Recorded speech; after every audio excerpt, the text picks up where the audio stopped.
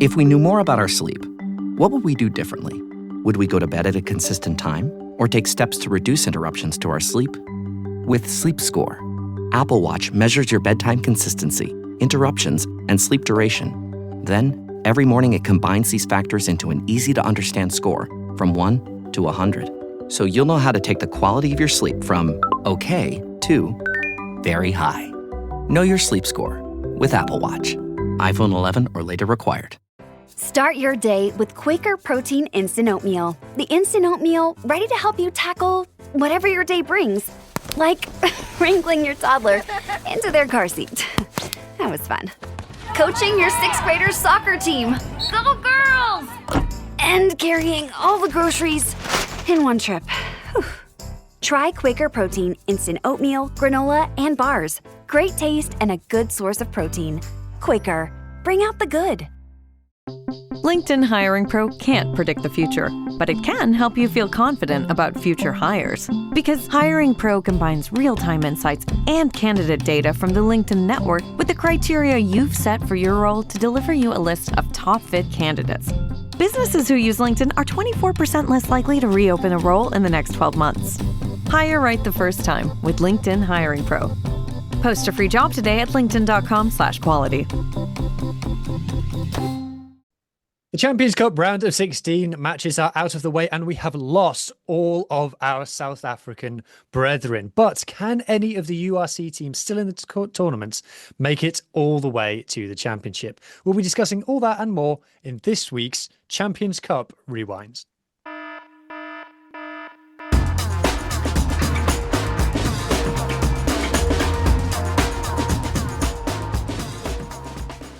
Good evening, everybody. Welcome back to the Champions Cup Rewind. This is our URC spin-off show where we talk all things Champions Cup, but only for games involving URC teams. So not many to talk about this evening. I am joined today by Irish Adam and Scottish Ethan. Good evening, gents. Good evening. Good evening. I am, for the sakes of this podcast, Welsh Hugh. I do not have much to contribute this week. But we would normally have South African Mohammed with us as well. Unfortunately, South African Wi-Fi has let him down, and so he's not able to join us. So tune into the Bit of an Animal podcast during the week to get the full South African view on what happened. Anyway, so Adam, before we get into the main body of the Champions Cup action, we just have time to sneak in some Challenge Cup chat, and you can explain to us why you were so cold on Saturday evening. Yeah, Storm Dave hit Ravenhill. I was at Ravenhill for the first time in about a year or two. Very nice to go back home, especially to watch the rugby. But then, the weather had different plans, to the point where me and it was my girlfriend's first time at Ravenhill, first Ulster game. So no, third Ulster game, first win. That's what I was supposed to say. She saw us sail away many years ago in the Champions Cup. Sail away. You got to do it. But yeah, Challenge Cup was definitely a challenge to watch. Not for quality of play, I just think for quality of refereeing. But you'll find out more on the Interpro show, as I'm sure you'll find out from our Munster colleague as well on how the Challenge Cup went for those guys. But yeah, it was a nice day out. Bar the rain and the £3 coffee, as I said, was like about that size. I was just sort of like, you might as well just charge me for the espresso and a bit of milk. But yeah, good win for us. Positive for next week, but you'll find out more in the Interpro show about my acute smugness. Well, two questions. Firstly, did you pay your £1 deposit for your cup? I did not. There was not a £1 deposit. I also bought a Heineken as well. A Heineken and a cappuccino. Some night out, you'd say. I was living the high off caffeine, and I was like, oh, nice wee Heineken to end. Which end were you at? Because you were sat in the end, and the posts were doing that. They were, for audio listeners, I'm going like that with my arm. The posts were like, so was it towards you or away from you? It was towards me, so it was in the memorial. Oh, that's brutal. It was. Do you know what though? We had the best rugby on our side. Like Osprey scored all of their tries on our side, and we saw a Jacob Stockdale try and a Nick Timoney try, all through nice flowing rugby. So it was nice. The forward pass didn't happen in front of us though, which was on the other side, but it was definitely forward. But yeah, it was towards me, and luckily enough, I've lived to tell the tale. No one's caught a cold. My dad got hit with the ball during the warm-up.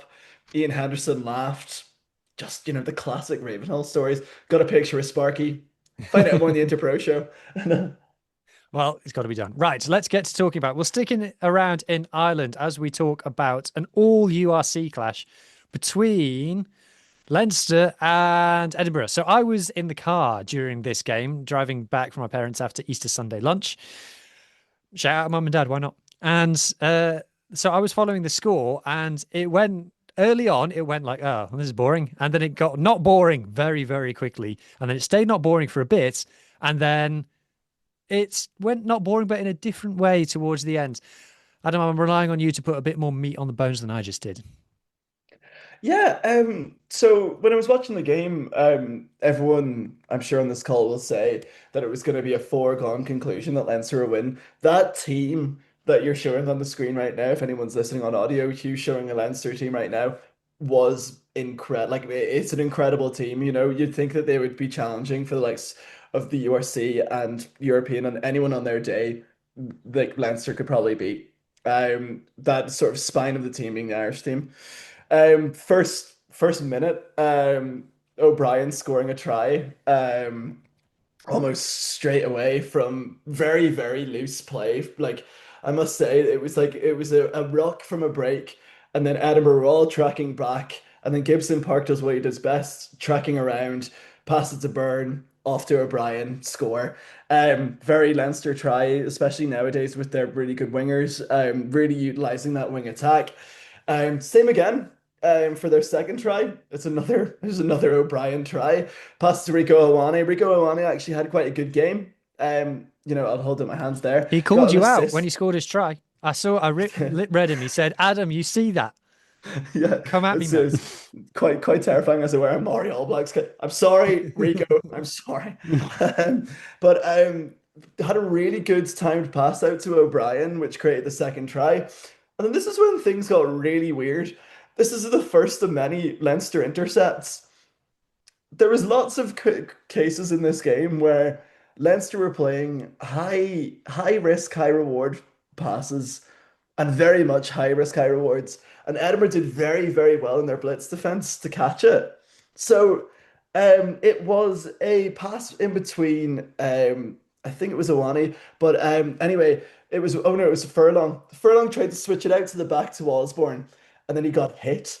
And then as he got hit, he tried to release the offload, and then it went straight to the Edinburgh scrum half. Like it bounced and it went up to the Edinburgh scrum half. That's when I was kind of like, oh, this is one of those tries that I think it's not going to happen that much. Edinburgh getting a quick wee dig in before, Leinster start toppling them over. And then it was a couple of minutes later when Edinburgh scored their other try through their I think Ethan, you can help me with this one. It's through their fly half making a really, really good break. Their fly half making an excellent break towards the blind side off a scrum and just toppling over, beat the first defender, and he had gas all the way. Got to about 14-12, I was just like, oh, right, I'm going to have to take Edinburgh quite seriously here. I'm going to have to actually, because I was like, sort of like, it was one of those games that I'm sure everyone had this in the Champions Cup over the weekend, was on in the background while something else was happening. When the second try went in, I was sort of like, I'm going to actually have to watch this now just to see how one Leinster reply and how two Edinburgh could reply. Leinster replied within 5 minutes. This was a very high scoring game. I must say, this was very entertaining to watch. Jimmy O'Brien scoring a really good try on the wing as well, made off a maul. What I noticed about Edinburgh's defense is that they didn't really have defensive out the wings. Like it was almost like the wings were sort of just dropping, and there was like the wingers bit in way too much, and Leinster just utilized that. Like they had a back. They had like Jimmy O'Brien and Tommy O'Brien on both sides. The O'Briens on both sides, and you would think like, we need to cover those positions. But and then the next try came in for Edinburgh, another intercept. There was multiple intercepts, and I just could not fathom what was happening. But it was very much like how Ireland played in the Six Nations when there was a couple of intercepts. It was that high risk, high reward ball that I didn't quite understand. Like I would understand once it went out, and I would understand once it worked, but it didn't really work today. However, Leinster just kept on scoring. Hugo Keenan scored a try just before the second half. That sort of almost in my head, not killed the game dead, because then right after, another intercept try for Edinburgh. And it was just sort of like, what is going on? I felt like I was watching the Super Bowl. There was that many intercepts. It was just like an NFL game. It was just all you heard was intercepted, intercepted. It was I like playing a game wonder of if I wonder if Edinburgh kind of put that in, got that from analysis, because against the Scarlets, I noticed how many passes Leinster were doing, and every play between every ruck, it was going like three or four sets of hands were touching it, and there were a couple of times where I felt the Scarlets could have gone for intercepts, and they did get one or two in the game. So I wonder if that was a plan the whole time, it. because they know that Leinster are going to play wide, they're going to put the ball through the hands, and you're going to get a chance. It was very good analysis on their part because what they did was they rushed the first two receivers. They either rushed the person with the ball or they rushed this person in second, which I thought was brilliant by Edinburgh. However, Leinster doing what Leinster do in the second half, Josh van der Fleer bruited over in a maul. And then I thought, right, game's dead again. Then Darcy Graham came out of nowhere. It was like a half rundown. The Edinburgh fly half kicked Mm. it, and it was one of the Leinster players half ran it down, and then it bounced straight into Darcy Graham's hand, and it was always like Louis Belbery style, bounced into his hands, and he just ran with it. I just at this moment, Edinburgh in front. Then I sent that meme of that guy with like sitting up with the remote controller, going, "This Yeah. is what Edinburgh are doing. This is what Edinburgh are doing right now. This is Yeah. what the teams have to do right now." But yeah, after that, Leinster then just started turning the screw. It was almost sort of that classic Edinburgh feel. You know, once they hit 60 minutes, they fall off because it was around about the 55th minute was the next try, well, it was about the 61st minute, sorry. It was their next try, and then that's when Leinster just started to just dominate. They started to run in the tries. Awani had the really good try off the wing. It's almost like he needs to play for Leinster more. I feel like he's probably more utilized in a wing position. Leinster have very good wings. Leinster have very good I centers. just want to But talk Rico about this Awani, try for a second, because I want to see how it starts. Because this is it McGrath playing nine? Because Jimson gives Parks over here. So Yeah. did he get subbed off yeah. and come back on or something?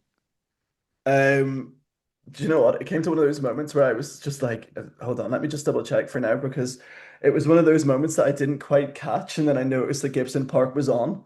Um, Let me just double check because normally they give you the rundown of subs.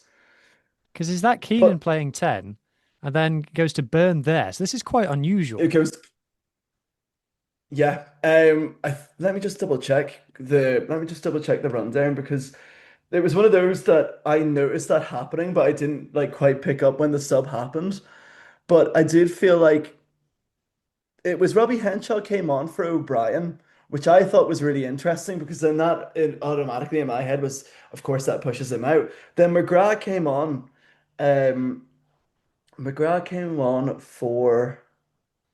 I can't quite find it. I apologize to the listeners, On the but I Champions Cup can't quite website, it says remember he what come happened. on the Champions Cup website. It says he came on for Gibson Park, but I can show you video evidence that that's not the case. Yeah. Yeah, Jameson Gibson Gibson. Park is there. I can see him Yeah. with his new extra aerodynamic head, and he throws a beautiful pass to Mm. Rico Ioane. That is very Darcy Graham, I have to say. I've seen Darcy Graham do that more than once. That kind of a business decision. Because for me, no, don't. There's a man in the passing lane already. Just tackle him. Yeah. Yeah, Even if you get bumped off, at least lay a finger on him. I don't like that, to be honest. no, I No, think, that I was. think, yeah, I think for sorry, Ethan, do you want to?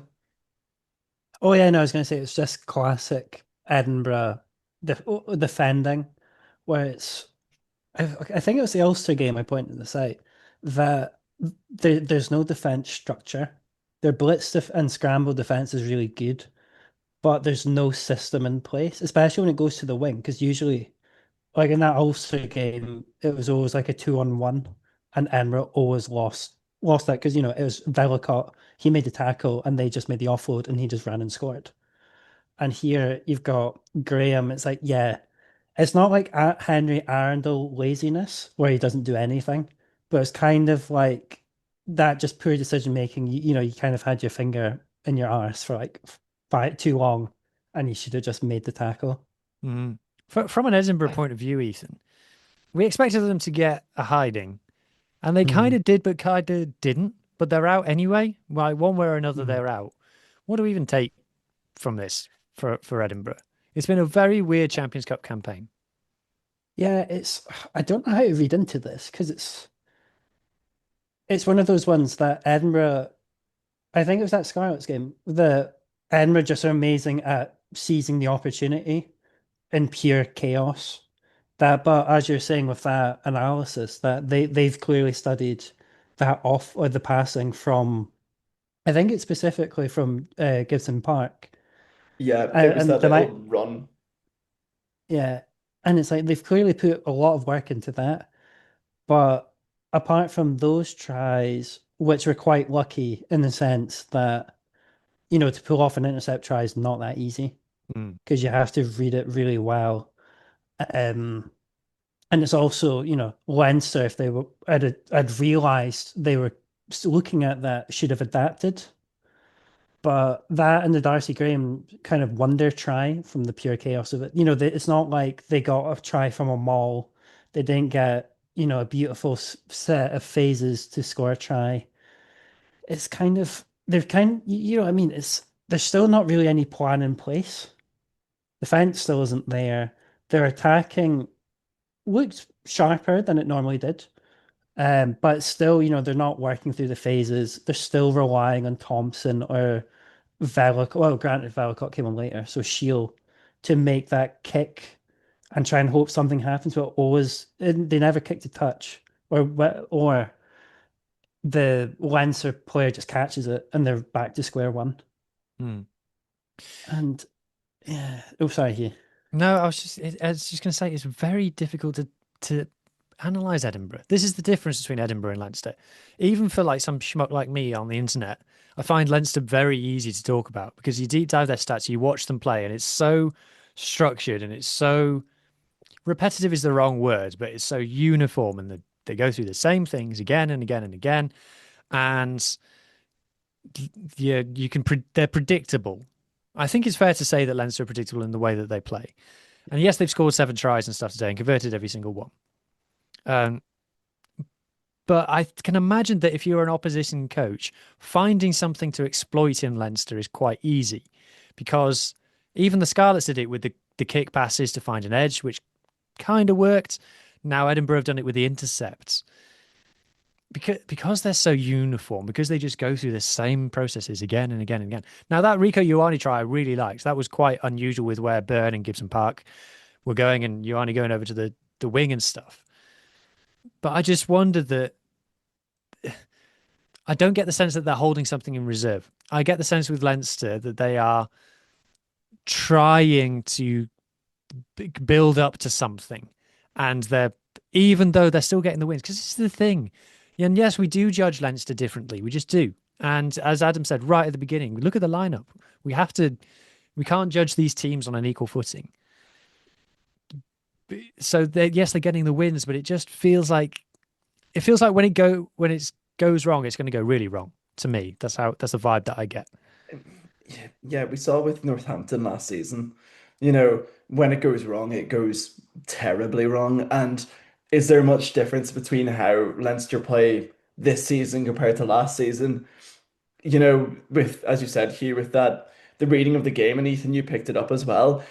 Everyone knows that Gibson Park, when he starts an attack, he takes the ball and he runs 2 paces to the right or the left, but depending on which way the attack goes, and then he passes it. It took Edinburgh, what, the first attempt at that to be like, right, okay, we're either going to go on man on ball or we're going to go to the next receiver. And it worked out so well. And as you said, the Scarlets as well analyzed something else. Like Leinster play that cohesive, like cohesion is the word in Ireland because that's what Andy Farrell wants. Leo Cullen loves that word as well. Yeah, Leo Cullen loves that word as well, but you can see it in how Leinster play. They are toppling teams by breaking them down, but they're also seeing like they like if Leinster were behind at a bigger gap than they would have struggled because look at the Northampton game last season. They had like a 12-ish point gap between them, and they didn't come back from that. Northampton just pushed on. Whereas with the Edinburgh, the only difference is this Edinburgh this Edinburgh lead, as Ethan said, was all really much set up by Leinster mistakes. So Leinster knew what the issues were because they can easily fix it because their system is so like, right, this is what you need to do. This is what you need to do. Bearing in mind that I do feel like Gibson Park and the likes of Gibson Park and the likes of Harry Byrne and the likes of Awani in training probably plays multiple positions so that you know where you are standing in each position and how you are supposed to react. Because I think that's how Leo Cullen coaches, and there's nothing wrong with that. There's nothing wrong because when it works, as you can tell today, it works so perfectly. But when you see the expansiveness of Bordeaux, the expansiveness of Toulouse, and how unpredictable they are because of the talent, and they know what they're doing, but they also have that extra 3D edge. Do Leinster have that 3D edge? They had it last year, arguably with Jordy Barrett. Yeah. This year, it's hard to predict because it is feeling like it's their classic, this is a win, they will take the win, move on. But is there that fifth star in their realm? I'm not sure unless, as you say, Hugh, they're holding back. But at the minute, it doesn't look like they're holding back for anything. Not for me. Not for me. Uh, Anything to end on this one, Ethan? I was going to say, I think they're very fortunate to be on this side of the pool because I wasn't inspired by Sale versus Harlequins last night. So Leinster Well, you're should not. be, I'm shocked. yeah. So Leinster should, I'm going to put should with asterisks around it, comfortably beat Sale. But if they're on the other side of the pool with any one of those, I'm not even looking at Toulouse or Bordeaux. I'm thinking Bath or even Northampton, that they could have posed a lot of trouble for Leinster. So they are quite lucky. Even the Bulls and Stormers would have given Leinster a lot more discomfort there. Mm, I think so. This is why we have to tune into the URC. I think the URC semi-finals this year are going to be amazing. But we'll come to that later. Last stat I'll mention from this game, 3 penalties to 7 is very Luke Pearce. Like, I do not see it. Play on. No, lads, come on. Let's just have a duet here. Come on. Like, that is very him. I don't hate it, to be honest. We all turn up to watch rugby, not watch a referee blow his whistle. So I prefer that to the alternative. Right. Before I go on and talk about the next game, I just want to draw everyone's attention to this. I have only just learned, just in the last 10 minutes, Macron official Champions Cup apparel, which is being modelled here on our screen, on the Champions Cup website, up to 30% off. You're going to have to say, unless the starting price was £3, you're going to have to do a lot more than that for me. This one appears to have been photoshopped on very badly to what I assume is office help of some regard. It looks like they've like AI'd people in. It's like, oh, can you can you try and like recall people from memory? Save 10% 10% instantly. instantly. I'm not going to buy anything. 40%. The, That is, oh that is no. niche. A Bilbao 26 finals mug. It looks like a Team GB Olympics thing. I don't Would hate you that. I don't hate these two things. Yeah. They're a little bit expensive. But that's the thing, like they are really like who is going out in a Macron Champions Cup beige What the unisex fleece Who for is paying 129 euro? €129 for this Yeah, fleece? that's what I mean. Look, that's So not even on. Look at so this. That's added on in post, that is. That's not so really on so that fleece. here, look, I'm telling jokes about this now, but when Ulster win the Challenge Cup and I ride in on an elephant and my 129 euro beige You fleece in the next podcast. brown with green luminous text on Challenge Cup thing. Always rated it, lads. Always wanted it. An £85 Champions Cup gilet. Anybody? No? Anybody? It's 25 euro for a cap. It's 25 euro for a cap. I've seen more expensive caps than that, to be fair. Will Yeah. my laptop just behave for a second? €40 on a bag? I've seen worse. I'll tell you what, I went to the UBB shop in Bordeaux. That was expensive. Hey, this one's not so bad. This green retro jersey. EPCR. Again, but It's like what is that logo? yeah, it's a classic like your nan buys you a rugby top for Christmas. Hey, it's got a rugby ball on it. Oh no. What is that? What is that? That's added on in post as well, because all the rest of it is blurry. I would love For it if audio it was. listeners, it's got a weird stencil thing on the back of rugby, but it's not actually on it. I don't know what's going on. They should have put it in like one of the most iconic moments in Champions Cup, well, Heineken Cup history of the French fella doing that and then the other fella going in diving for the ball Yeah, in the Rob final, Howley. like Rob Howley, yeah, it should have been like that iconic moment. But yeah, it's a very interesting, and I don't know why they're only promoting this now. Um, Maybe they've yeah. been throwing it for a long time and we just didn't know. Can't rule Well, that that's the out. thing though. It being in Bilbao, I can imagine a lot of like the local Spanish like Bilbao, like they're all gonna have Bilbao gear, Hmm. like Bilbao final gear. So it's gonna be nice. Like I can't imagine there's gonna be a lot of, before the Aviva Leinster guys with half and half scarves going, three for a tenner, stuff like that. Anyway, next game, game number 2 that we're going to talk about, Glasgow versus Bulls, another all URC game.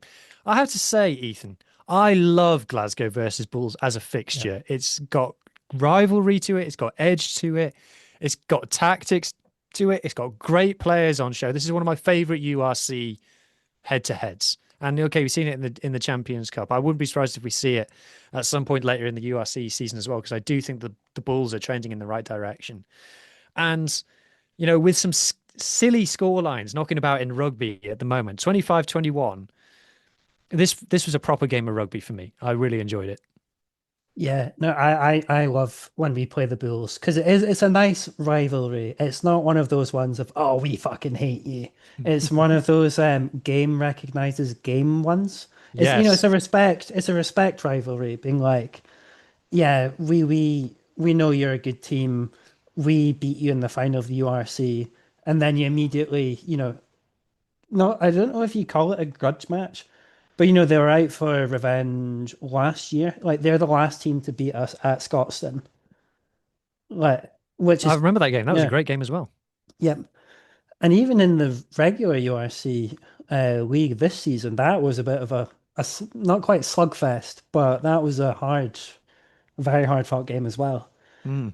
Um, but yeah, it was a great game. The weather was horrendous. That it wasn't snowing. It was snowing this morning, but it was just miserable. Um, and I mean, fair play to both Glasgow and the Bulls because I was worried it'd be kind of like the Scotland-Italy match from the Six Nations where the Mm. weather would kind of stop Glasgow's attack.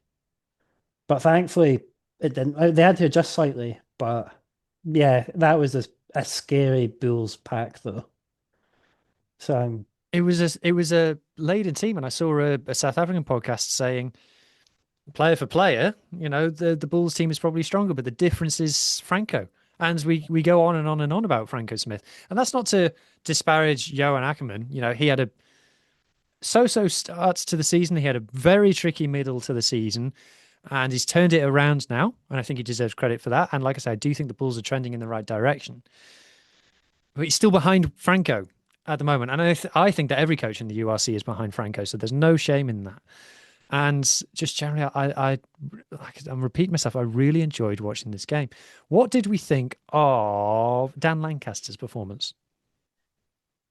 I think it was a bold call. There were a few bold calls and choices. His kind of makes sense in that they're preparing him for the future. They're putting him in probably the hardest situation I think that Glasgow will have for some time. In the sense of high stakes, but also it's going to be an absolute physical game. With a bit of rivalry. That sure the South Africa campaign that we've got coming up soon will also be hard for different reasons.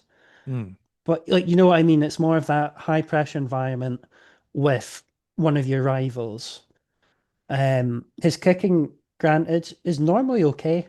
It was it was quite windy though, so I think He kept it's trying to do these weird bendy kicks, and I didn't like it. I didn't. yeah, I didn't like it. I was like, mate, just kick it over. Stop trying to yeah, 3D chess the weather. yeah, yeah. So I think it's one of those ones you could probably put a little bit aside and blame it on the weather, but I think he's still learning Hmm. that. I mean, he's also you're up against Pollard, so I think it might be a bit of, oh, I'm against double World Cup winner. Let's give it a Hmm. go. Which Tom Jordan did last year. Like I made a bit of a meme where it's like, oh, this is the second time that Glasgow Tens completely finessed a double World Cup winner at Scotstoun in the Champions Cup. But Well, I have to say that at the beginning of the season, and we made a short out of it at the time, I mm, thought that Pollard was going to flop at the Bulls this season. I didn't think it was going to go well. And for the first half of the season, that prediction was looking pretty good. But I actually think that the Bulls just playing him for every single game, like I don't know how many games he's played in a row now. I think about 10 games in a row he's mm, played. I think that's played him into form. And I think that's actually what he needed. And I've covered kind of my hot takes about Leinster and their player resting. I think sometimes you just need to give a guy game time. And I think that despite this whole narrative about Pollard being the old man of the Springbok Tens and stuff, he's still in his early 30s. He's not like Johnny Sexton type territory.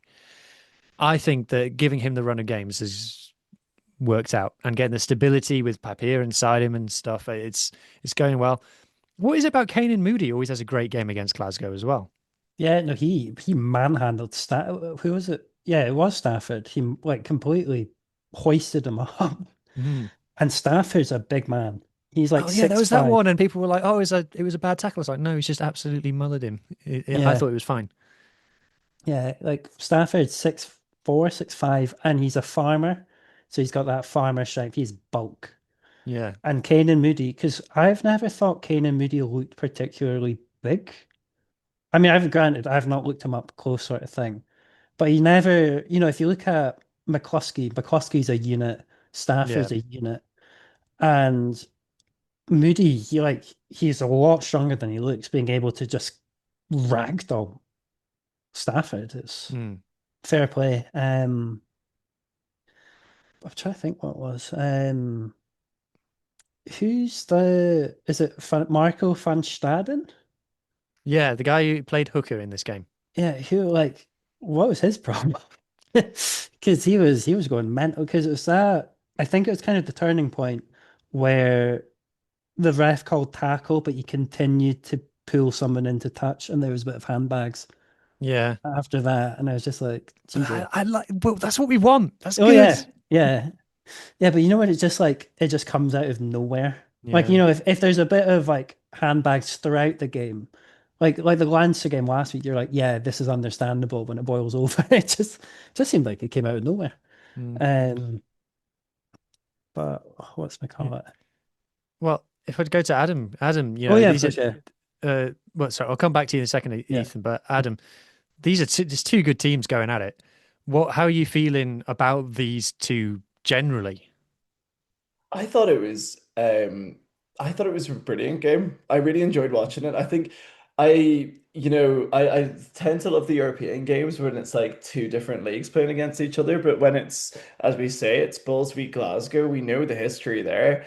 I thought it was brilliant. Like it's really good to see the Bulls play a really like I thought it was brilliant to see, and we're gonna speak about it in a bit, the two South African teams going away from Europe and putting in a performance.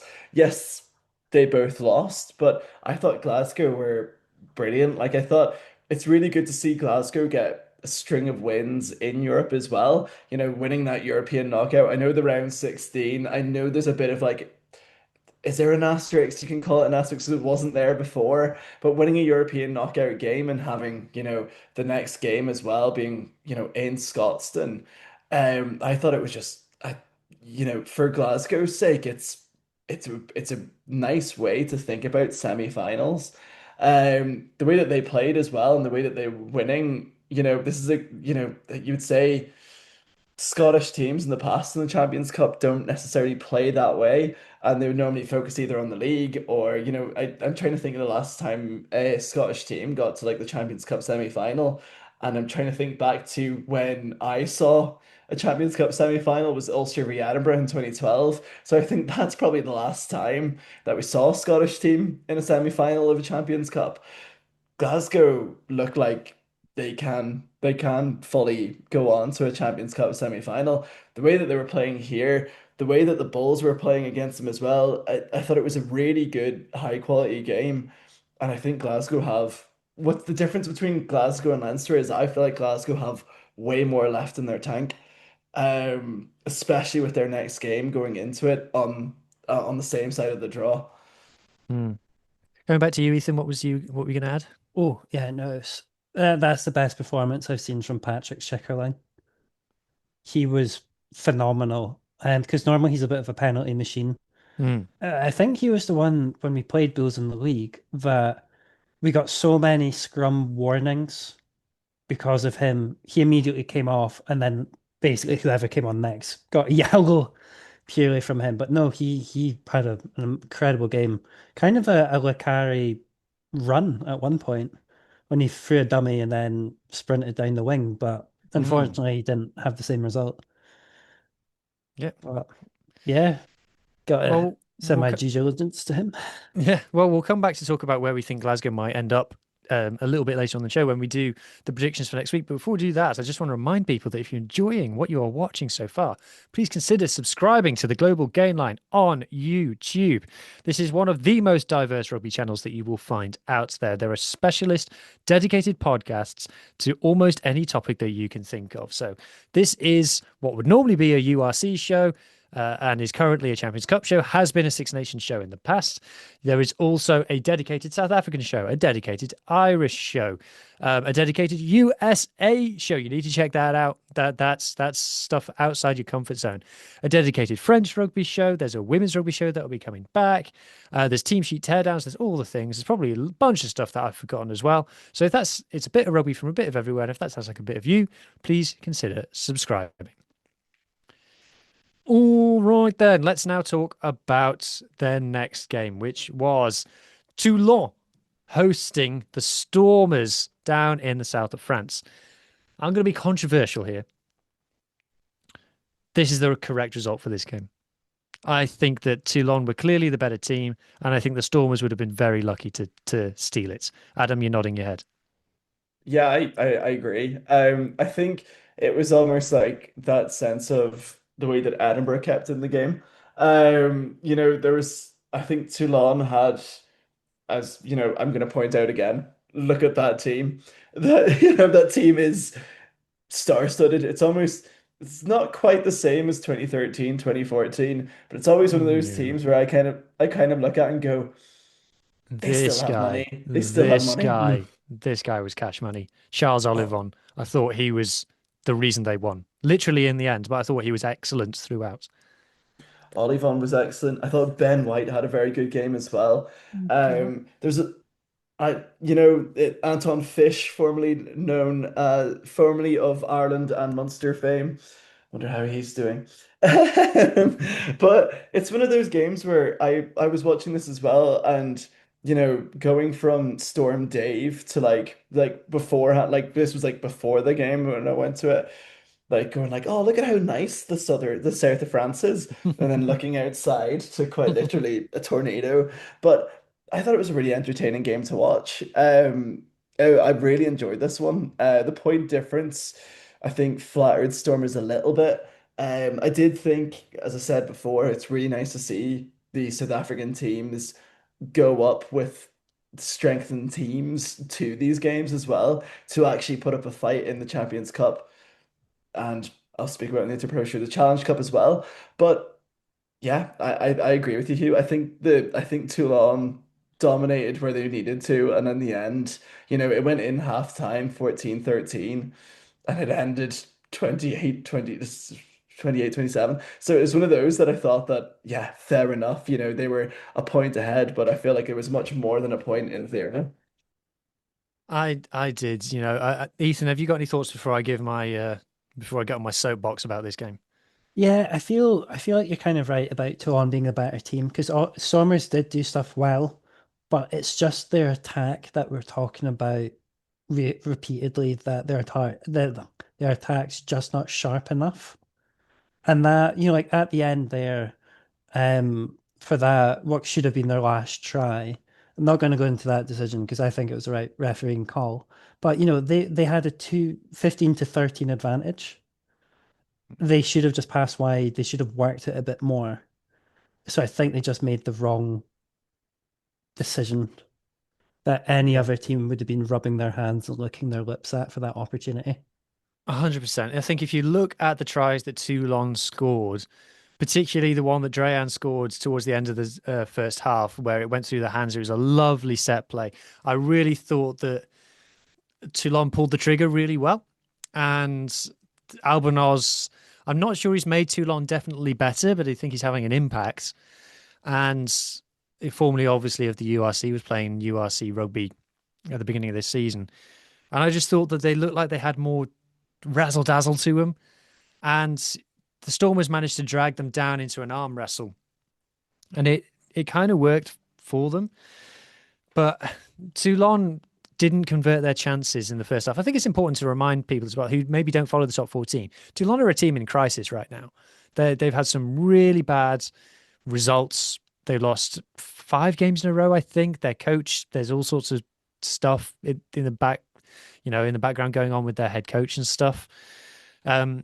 So, the Stormers are in better form.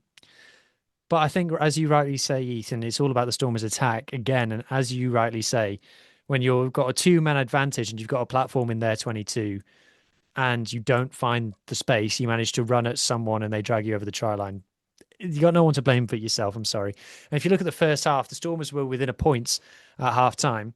I think that Toulon left tries out there, whereas the Stormers' try was fortunate a little bit, didn't necessarily come from a structured attack, and kicked 2 penalties to keep them in it. And just they nearly got in it. And what nearly won it for them? And if they had have won it, what it would have all been about, it would have been Sasha Feinberg and Gondazulu beats Toulon in 20 minutes. That's what the headline would have been. And that would have been an accurate reflection of the game as well. He came on the bench and he talk about an impact sub. I was watching it. I was even a little bit annoyed because I was like, if the Stormers win this, the Saffers are going to go absolutely crazy about the impact that Sasha had in this game because he completely changed it up. I'm just going to put it out there. I don't like Willemser on the wing. Yes, he had one amazing moment and generated a line break and stuff, but he's too good of a player to stick out there on the wing for me.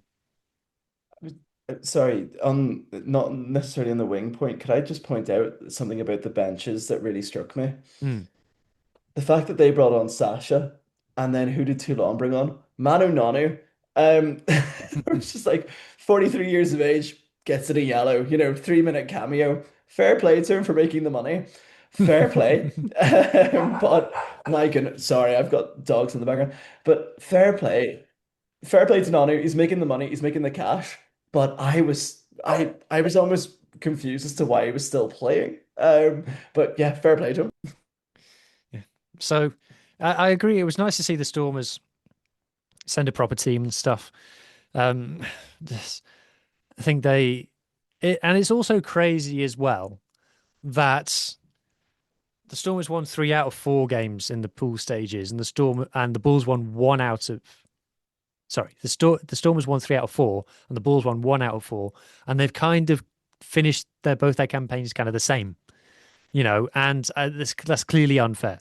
The Stormers should have been playing at home. The seeding is a nonsense. But then again, that comes back down to their attack. They don't score enough points to pad the table. And like it or not, that's just how rugby works at the moment. So, sorry, Stormers. Sorry, Stormers. I do. Their set piece is good. What can I say? Their set piece is good, and Sasha would have been the talk of the town had they won that match. I'm just checking. Is there any other URC games that we haven't spoken about? I think everything else was English and French, wasn't it? Yep. Only the 3 I think games. just, yeah. Come back, microphone. I need to plug in my phone because it's going flat. Come on. Don't let me down now. Right, so let's get into predicting next week. So, quarterfinals. And because we're now down to a limited number of games, we are going to allow some Challenge Cup talk as well. So, Champions Cup first. Predictions are first game in the quarterfinals is Glasgow versus Toulon. Ethan, I'd be confident if I were you. I'd be I'd be openly confident. You should win that one. Yeah, I think there is a bit of history between them. because we lost to Toulon in 2022. It was for the Challenge Cup final, where with under Franco's first season in charge. But when Franco's kind of brushed that aside, in the sense he doesn't like to dwell too far in the past and stuff, which I think's a fairly healthy attitude to coaching. But yeah, I wasn't really super impressed with Toulon yesterday. Good gosh, Mm. that I think with better weather, Glasgow really should be taking that. Um, yeah, I think if a team like Stormers, as much as I do like the Stormers, as we are saying, their attack's not that sharp, and yet they still almost pulled off that what would have been an upset. Mm. No, I think Toulon, especially away from home, I don't think will trouble the Glasgows. Adam, thoughts? Yeah, I think it's the same. I think Glasgow have the potential here to do to get to that, semi-final. I think I think it would be a home semi-final as well, Yep. based Yep. on that side of and that, you're talking a possibility of going on to a final there. Like those home games mean so much, and it's brilliant to see Glasgow actually pushing on and probably, pushing on for Europe as well. But I think Glasgow, I'd say by 10 points, I reckon, for that game. Hmm. Yeah, I agree. Leinster versus Sale. How on earth have Sale made it this far? Yeah. What the heck? But it's got to be. It's the same as any kind of Leinster game until you get to like the semi-finals. Really, it should be a 20-point win without breaking sweat. Should be, Yeah, I could see a Leinster rotated team going into this and them still winning. It's just depending on but what they won't. they no, they 100% won't. I think they're gonna look at it. They're gonna look at it as like they need to like properly beat a team to try and scare Glasgow or Toulon in the semi-finals. But I'd say Leinster by a healthy 30 points for that game. I don't see Sale, you know, putting a finger on them. I think it's going to be really interesting to see what the attendance is like for this game.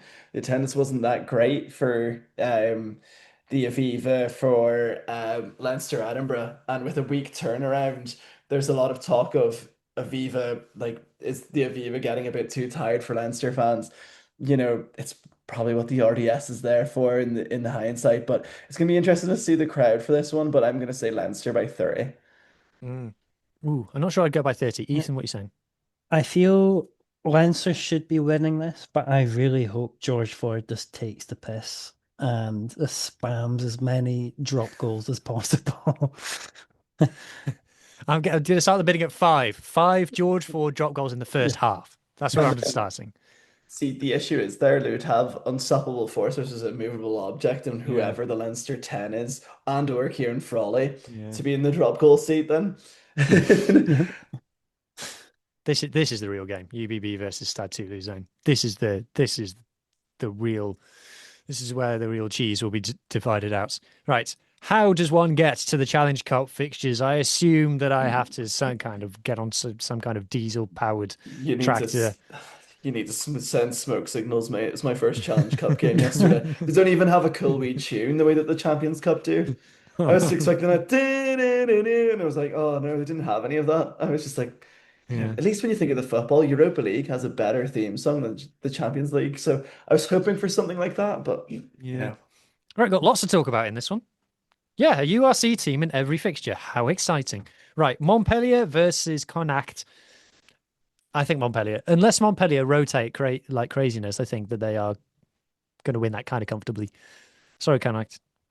I think Connacht played really well against Stormers. I think they will throw something at it. Sharks. Sure. But yeah, oh sorry, Sharks. I apologize. I thought they played really well against the Sharks. It was their sixth game in a row. Stuart Lancaster's building something dangerous down there. Does he want a statement win in France? Yes. Do I see them doing it? Possibly. Am I saying that just because I want Montpellier to be um either Montpellier to go out of the tournament or an Irish win? I'll leave that up to you. But you know, I yeah, I do see Montpellier winning it, but I'd say it'd be by a score. Ethan? I'm just trying to think who plays for Montpellier apart from he who should not be named. Um, Nucci is their yeah, captain. He plays for France in the Six Nations. They've got Picardo, Argentinian inside centre, very, very good. Tom Banks, who's played like every minute of the top 14, indestructible man. Um, I'm forgetting someone really obvious. They sign like 10 people every season and you just forget them. But they're, yeah, they're having a very, very good season in the top 14. yeah. Yeah, That's there's what would the, oh, sorry, Adam. no, sorry, no, it's just sorry, speaking for myself. Sorry. Would Montpellier focus on the Challenge Cup if it means they could get something from it, or would they rather just focus on the top 14? No, the top seeds.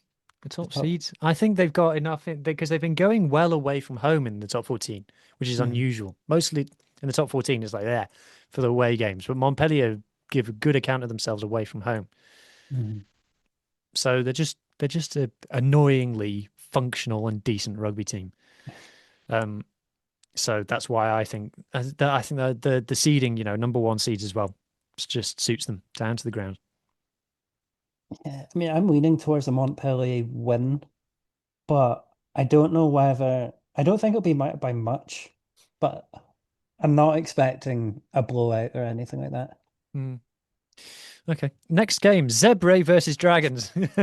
It's Yes. it's um, this is what the Challenge Cup was for. this is what the Challenge Cup is for.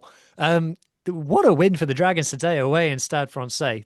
Massively famous day for the region and for a Welsh club flying the flag. Fantastic. Fantastic. But Zebra battering Poe. Poe. Yeah, Poe, yeah. today. Uh, Fairly comprehensive win.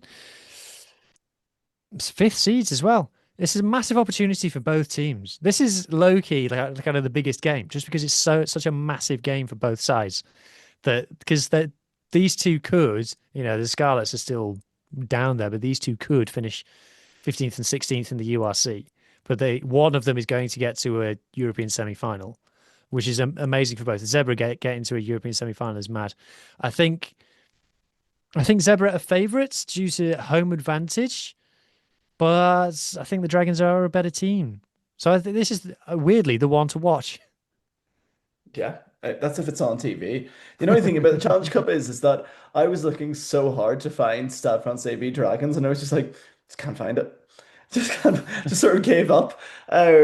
Yeah, interesting game. Will it be televised? I hope. Um, I can see Dragons winning that.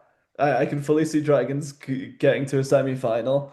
Um, yeah, to play Montpellier, that's such an interesting concept. Yeah, Ethan. I mean, it's kind of, that meme from The Simpsons when it's those monkeys fighting on the ship and everyone's like Yeah. gambling on it. Yeah. That's kind of, I mean, it feels like that's not really a fair one, in that they've both got so much to play for here. But that's just kind of what's coming to my head. I think Dragons should be winning that based off how well they did against, oh gosh, who did they play in South Af? Because they were in South Africa recently, weren't they? Yes, they gave the Lions a Yeah, good game. yeah. I feel like they probably should, based on that, they should be beating Sabre. And Dragons, as we all know, with Welsh rugby at the moment, with everything that's going on, I feel like Dragons have quite a lot of motivation behind it as well. Hmm. Dragons have got real affinity for the Challenge Cup as well. They've gotten to two semi-finals already under Lynn Jones. So if they get to a third, it's impressive. It's impressive. Uh, Benetton versus Exeter. Hmm. Hmm. Hmm. Benetton's game against Cardiff was mad. I didn't watch it, but I was following the scores. I was like, what the flipping heck is going on here? Is the opportunity, say, a norm for, and whatever that is in Italian for Benetton? Exeter are going well in the Prem. Yeah. They beat a good Munster team as well. Like they handily beat a Munster team as well with Tag Byrne and Jack Crawley. It was really weird to me when I saw the score updates because I would have thought that Munster would have taken this seriously. But I said last week, didn't I, that Munster were the ones to probably throw the game. They did like no team goes out to throw a game. They put out their strongest team. And Exeter handled them quite well. So that's probably if Zebra Dragons was game to watch, I would say this would come as a close second due to how well one Treviso have played in the Challenge Cup. They were top seeds for a while as well. And two, how Exeter can pull out that shock. So it'd be interesting to see. Hmm. Ethan, prediction? Ugh. I like Benetton, but Benetton's not the most consistent team. So if they're in good form on the day, I think they should take it. But I'm gonna go Exeter because they'll be quite hyped up from how well they played against Munster. I think I'm going to back Exeter as well. And that if that comes true, then it's a bad season for Benetton. I would like Benetton to win, but that's just not what I'm feeling at the moment. And then Ulster versus Stade Rochellais, or La Rochelle to you and me. Adam, La Rochelle are here by accident. They fully intended to lose to Newcastle and accidentally beat them. So if that's anything to go by, Roger's going to send the under 12s to come and be, they'll be under strict instructions. If you are winning with 5 minutes to go, just lie down, put the ball on the floor and just lie down with your faces down and just, Oh, just, I'd I'd be ringing Rog for a couple of front rows if he needs to help us. I've never been to a game where most of the front rows, bar two, went off with injury. Everyone went off. Angus Bell went off. Then Angus Bell's replacement went off. Rob Herring went off. Stewart came on. Wilson came on at tight head. Then our replacement loosehead came off and Tom O'Toole came back on. Then he had a cramp, nearly came off again. So if Raj wants to help us in any way, shape, or form, I would want him to go to his La Rochelle big mansion and see to his bin men.